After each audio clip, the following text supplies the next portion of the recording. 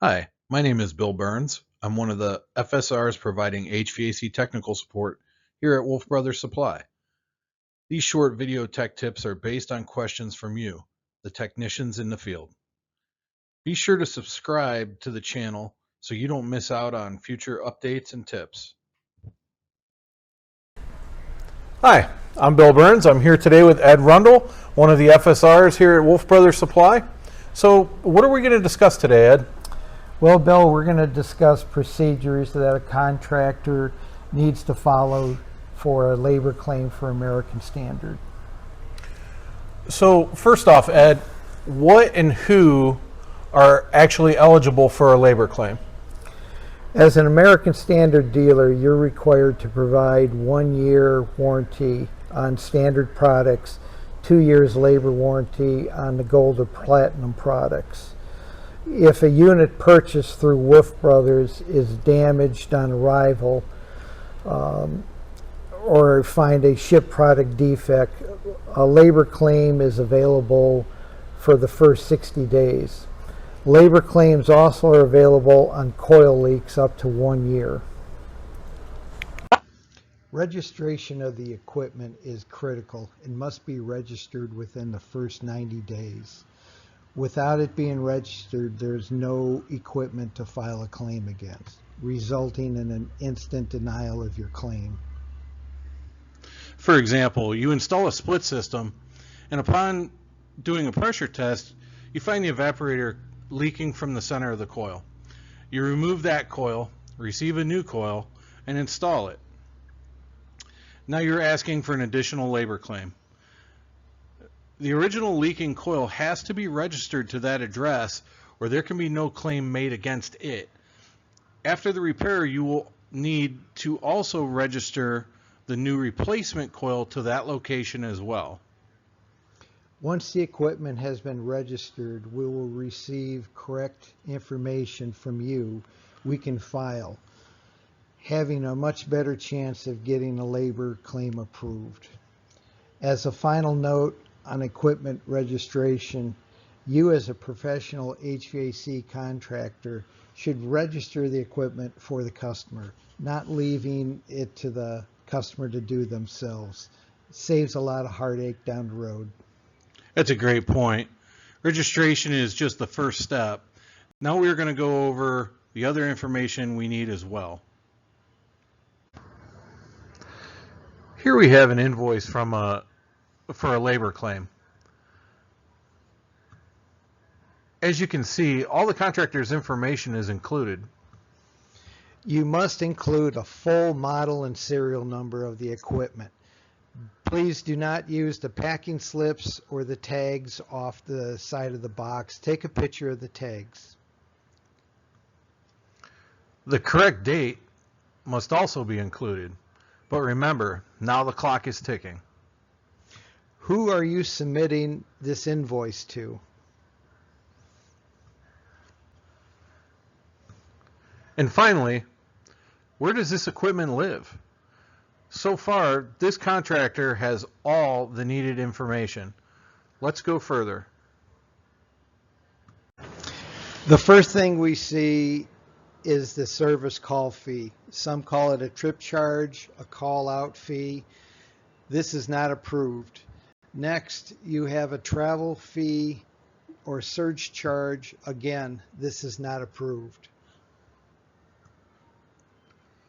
Up next is the main description of the work performed.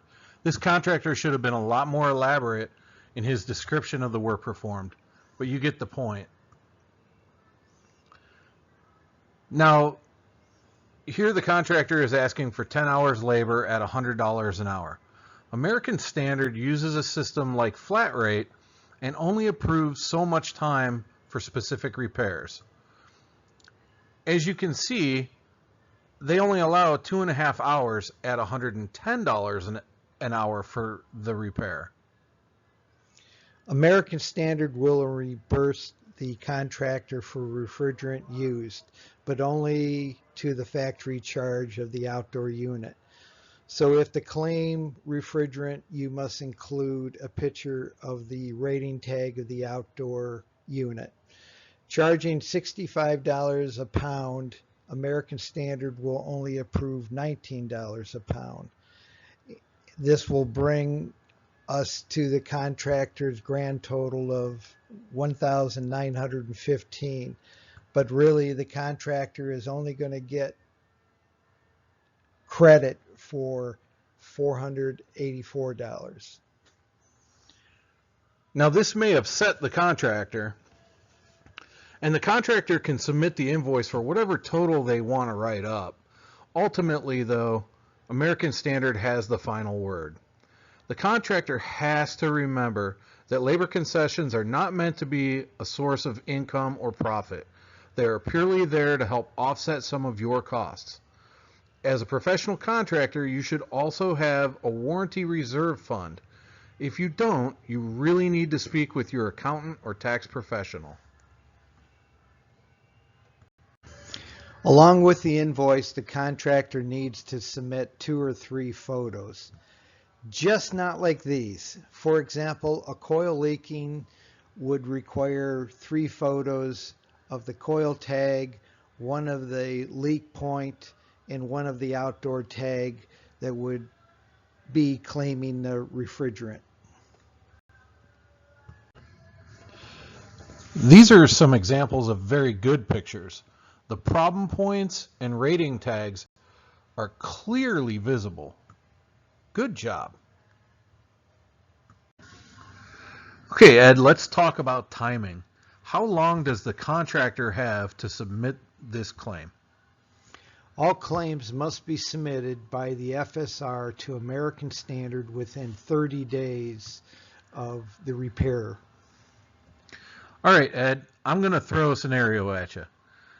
Now, the FSRs, when we're in our peak seasons, we may not see the office for days on end, as you know, we're out in the field. What happens to a contractor's claim if they submit the claim to their FSR on day 29 or 30? That's an excellent point. There's a good possibility the claim will not be submitted to American Standard on time. The claim not submitted on time will automatically be denied. For this reason, we will say contractors must submit the claim to Wolff Brothers Supply FSR, not their salesman, no later than 10 days after the repair. Yeah, I agree. If you send all your info into me within 10 days of the repair, I really can't see a problem getting this submitted on time. So here's one for you, Bill. The contractor got really busy or just forgot, and the claim was submitted days or even months later. Well, unfortunately for the contractor, American Standards deadlines are not suggestions, and the claim will just be denied. Let's go over labor claim checklist. Equipment has been registered. Invoice with all the correct information. Good photos submitted. All information submitted on time. Great. Okay, Ed, after all that, what are the chances of getting this claim approved? Very good. There you have it.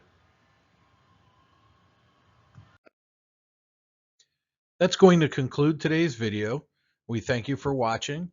If you have any problems or any questions, feel free to call Ed Rundle in Medina, Tim Lane in Columbus, Corey Bosworth in Akron, or myself, Bill Burns, in Sandusky.